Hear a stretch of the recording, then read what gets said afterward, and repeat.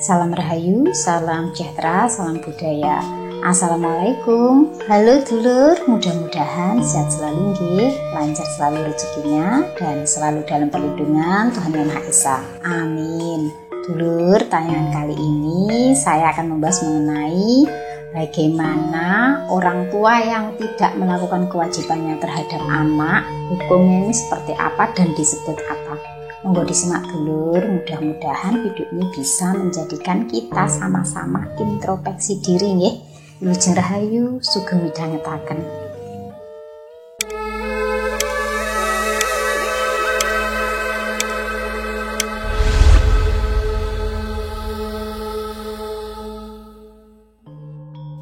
Dulur, tayangan kali ini adalah hasil dari request mungkin dari beberapa orang yang merasa kok Mbak Vika bahasnya selalu suruh berbakti terus sama orang tua.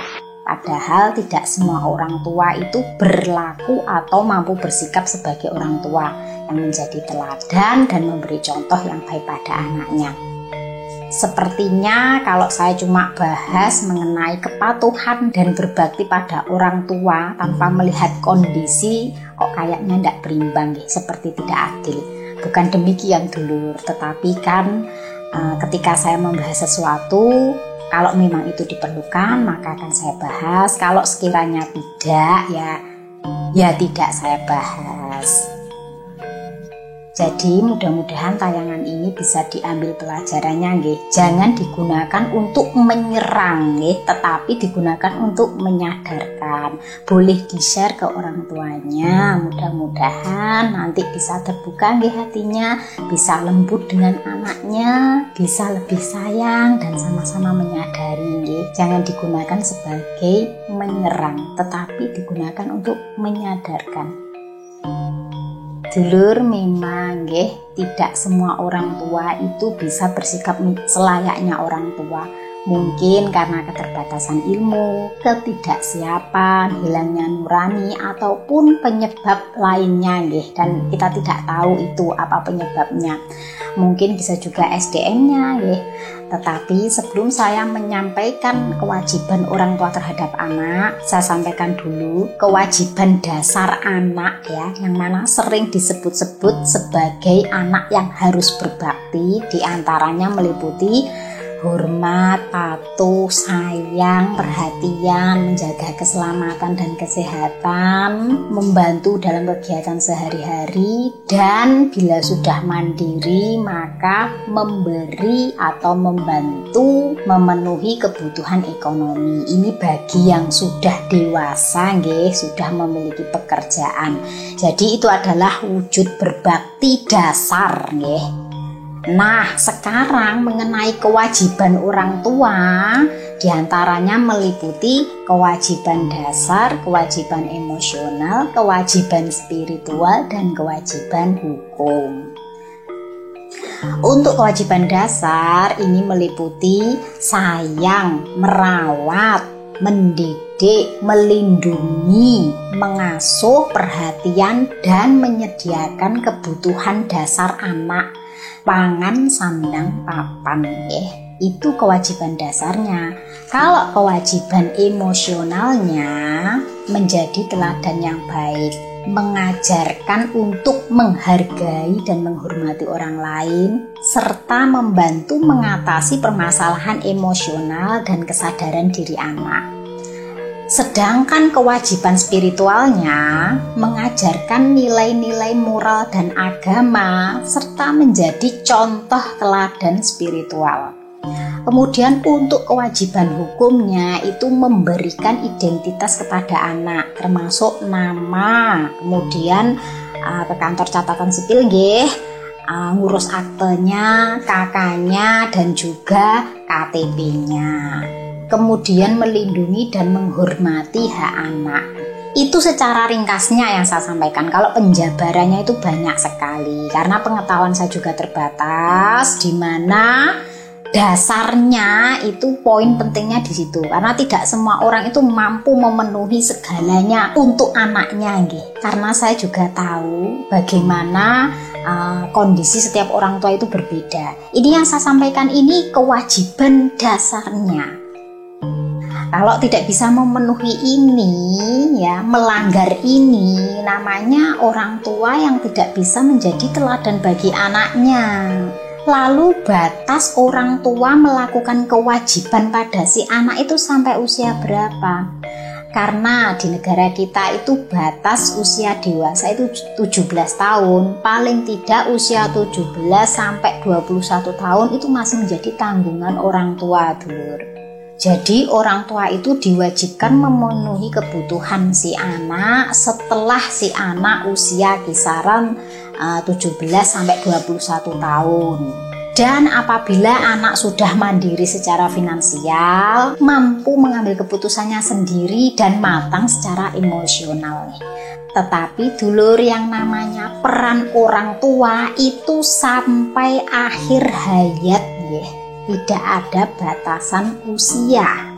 Di antaranya memberi nasihat dan bimbingan. Namanya anak, nggih, berapapun umurnya itu tetap membutuhkan wejangan dari orang tuanya. Kemudian menjadi teladan yang baik, ya. Makin bertambah umur, makin menjadi contoh bagi anaknya. Kebijaksanaannya, kasih sayangnya semakin tua semakin berisi, sehingga menjadi panutan bagi anak-anaknya. Kemudian membantu dalam keadaan darurat. Jadi kalau anak mengalami yang namanya keadaan yang darurat, orang tua itu tetap, nggih, perannya membantu si anak dan juga memelihara hubungan keluarga supaya tetap harmonis bagaimana, supaya hubungan tetap baik bagaimana antara anak yang satu dengan yang lainnya, supaya tidak saling iri-irian kasih sayang, nggih, berlaku adil. Karena bagaimanapun karakter anak itu bentukan atau mencontoh dari orang tuanya, nggih. Tidak pintar dalam akademi, tidak apa-apa, tetapi jangan sampai gagal menjadi orang tua.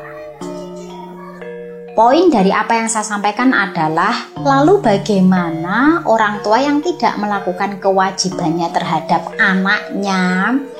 Maka dosa besar, ya dulur, siap-siap menghadapi murka Tuhan. Mengapa? Karena anak adalah titipan, anak adalah ujian sekaligus pembelajaran bagi orang tua.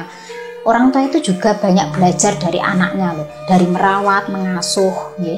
Kesabarannya dalam mendidiknya itu adalah jalan menuju pencapaian di mana kelak akan dimintai pertanggungjawabannya. Pertanyaannya, bagaimana kalau orang tua tidak menghendaki anaknya karena memang kelahirannya tidak diinginkan? Sebabnya mungkin karena korban, mohon maaf, perkosaan, nggih, pencabulan. Itu bagaimana? Sehingga dia itu tidak mau melakukan kewajibannya sebagai orang tua, menganggap si anak ini sial. Dan merasa itu bukan kesalahannya karena dia sebagai korban, ya. Ini untuk wanita. Jadi begini dulur, apapun yang menimpa kita sebagai wanita, memang itu suatu kepahitan, ya, yang tidak kita harapkan, ya. Tetapi ketika Tuhan sudah menitipkan itu, jangan keburu memvonis bahwa yang dititipkan itu akan menjadi beban bagi kita. Bisa jadi, nggih, yang dititipkan itu memang hasil dari yang tidak diinginkan, tetapi si anak akan mengangkat derajat dan memuliakan panjenengan. Ini untuk korban, nggih, korban pencabulan ataupun pemerkosaan yang tidak diinginkan. Tetap jangan pernah melepaskan kewajiban jika sudah diamanahi. Tetapi bagaimana kalau itu hasil dari suka sama suka tetapi tidak menginginkan? Wah, ini lebih berat lagi. Sudah mau bikinnya saja tetapi tidak mau mengambil resiko dari perbuatannya.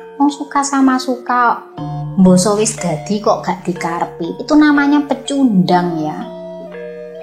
Kemudian saling menelantarkan yang laki dan perempuan. Atau mungkin hasil dari pernikahan yang sah, kemudian orang tuanya saling egois, anak tidak diperhatikan dan melupakan kewajibannya sebagai orang tua. Maka hancurlah kehidupanmu kelak. Akan mendapatkan karma pala dari apa yang diperbuatnya.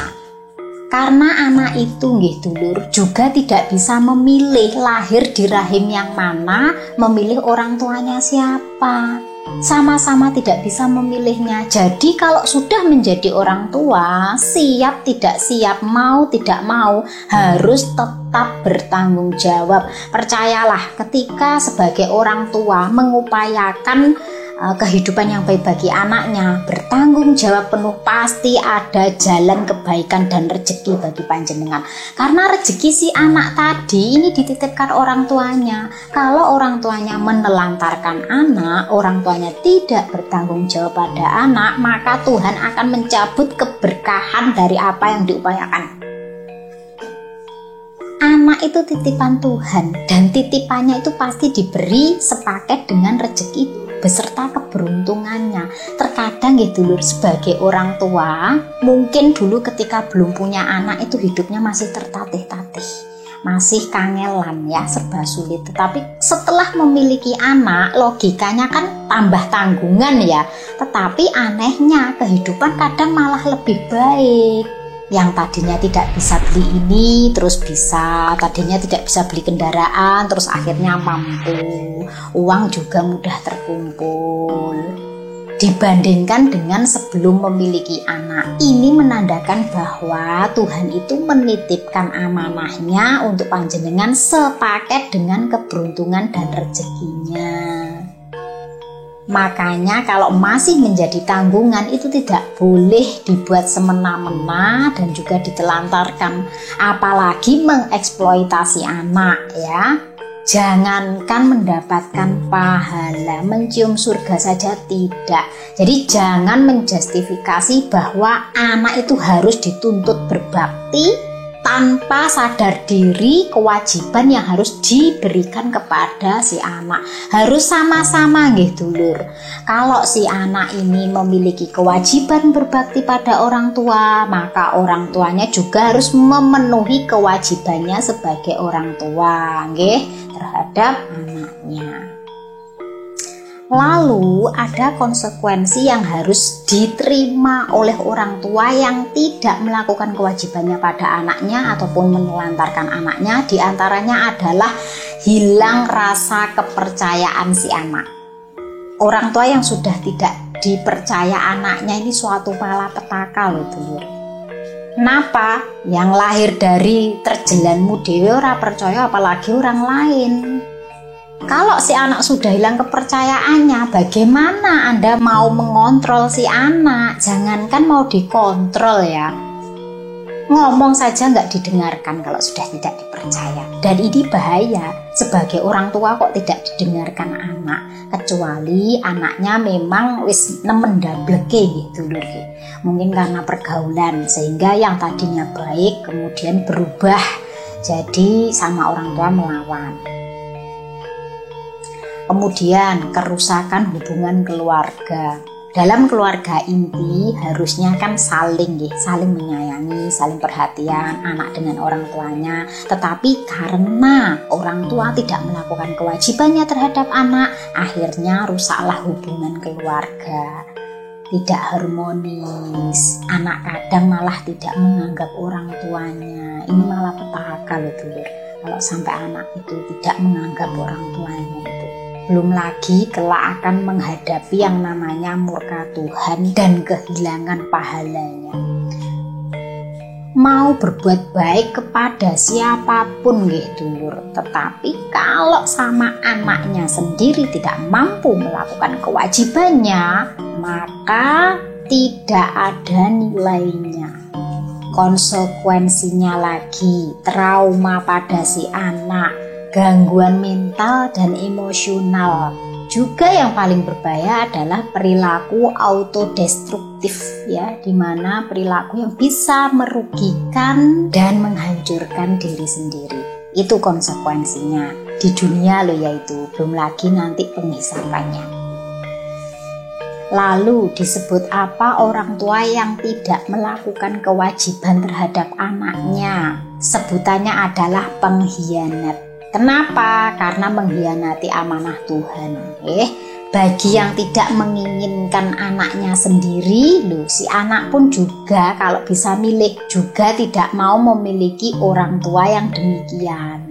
Disebut pengkhianat itu karena tidak bisa menjaga amanah Tuhan.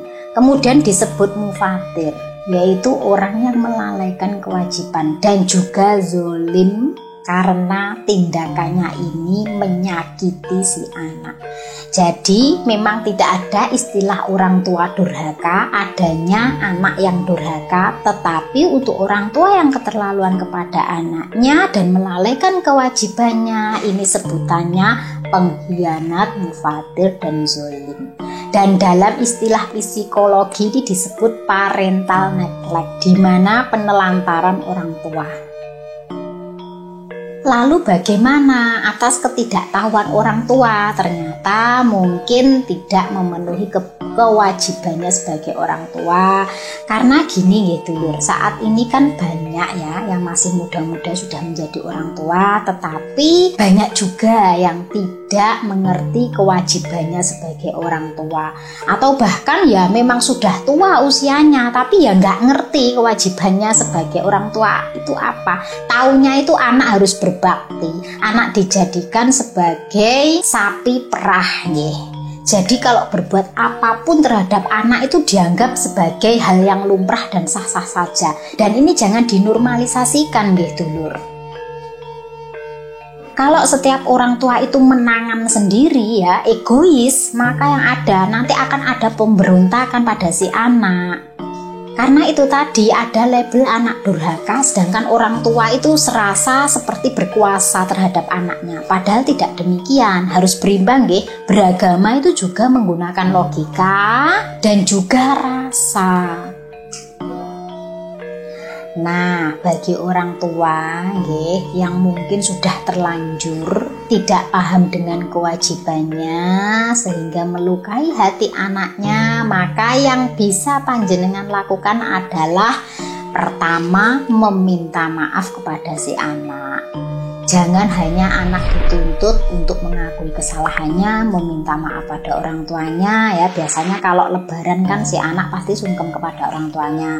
Nah, karena orang tua itu tidak semuanya sempurna dan tidak mungkin bisa menjadi orang tua sempurna, pasti ada salahnya. Maka minta maaflah kepada si anak, nggih. Ajak anak bicara dari hati ke hati, dialog, agar si anak mau mengeluarkan unek-uneknya yang ada di hati. Kemudian jangan mengulangi kesalahan yang sama. Berusaha lebih baik untuk memberikan yang terbaik kepada si anak. Belajarlah mengerti mengenai perasaan anak. Dulur, anak itu bisa menjadi permata hati, juga bisa menjadi sebagai ujian ya. Permata hati itu yang menyenangkan dan ujian itu yang menjadi beban. Tetapi saya menghimbau jangan menjadi anak yang kurang ajar, yang mana selalu frontal terhadap orang tuanya hanya untuk membenarkan pendapatnya loh nggih. Apa yang saya sampaikan ini ki gak ngarang dulur, iki wis enek dasar-dasare nggih. Saya hanya menyampaikan secara simpelnya. Mari sama-sama sebagai anak sadar diri kewajibannya apa ya, dan juga orang tuanya sadar diri kewajibannya kepada anaknya bagaimana. Jangan saling menyakiti. Kalau dengan keluarga saja kita tidak bisa rukun, bagaimana dengan orang lain ya? Keluarga itu yang utama dulur, utama. Kalau ada apa-apa itu pasti yang pertama itu keluarga inti. Duduk tonggomu saya ngomongane, lek gak nuruti karepe tonggo, lek mati engko glundung dewi. Tidak ya. Dalam keluarga itu nggih dulur, kalau ada apa-apa dengan anakmu yang susah itu orang tua. Kalau terjadi apa-apa sama orang tua yang susah itu anak nggih, bukan tetangga. Jadi panjenengan itu dibuka pikirannya luas-luas, jangan gugoni omongane wong liya lalu menyakiti perasaan anakmu. Karena banyak dulur seorang tua itu kena tekanan dari luar nggih, kena omongane tonggo ngini-ngini terus anake malah ditekan. Kowe kok gak podo karo anake kae. Anak dijadikan perbandingan. Pada akhirnya anak itu juga sakit hati. Si anak belum mengalami apa yang panjenengan alami. Makanya jangan banyak mendengarkan hal-hal yang membuat panjenengan tertekan nggih. Kalau nonton hiburan, carilah hiburan yang bisa membangun kreativitas dan kesadaran panjenengan. Mudah-mudahan apa yang saya sampaikan ini juga sebagai pembelajaran diri saya pribadi, nggih. Tentunya saya tidak luput dari segala kekurangan, dan apa yang saya sampaikan ini bukan untuk menyerang gitu loh, tetapi memahamkan bagaimana kewajiban kita, tidak hanya menuntut hak kita. Baik dulur, demikian yang bisa saya sampaikan. Saya Fitri Ika, salam rahayu.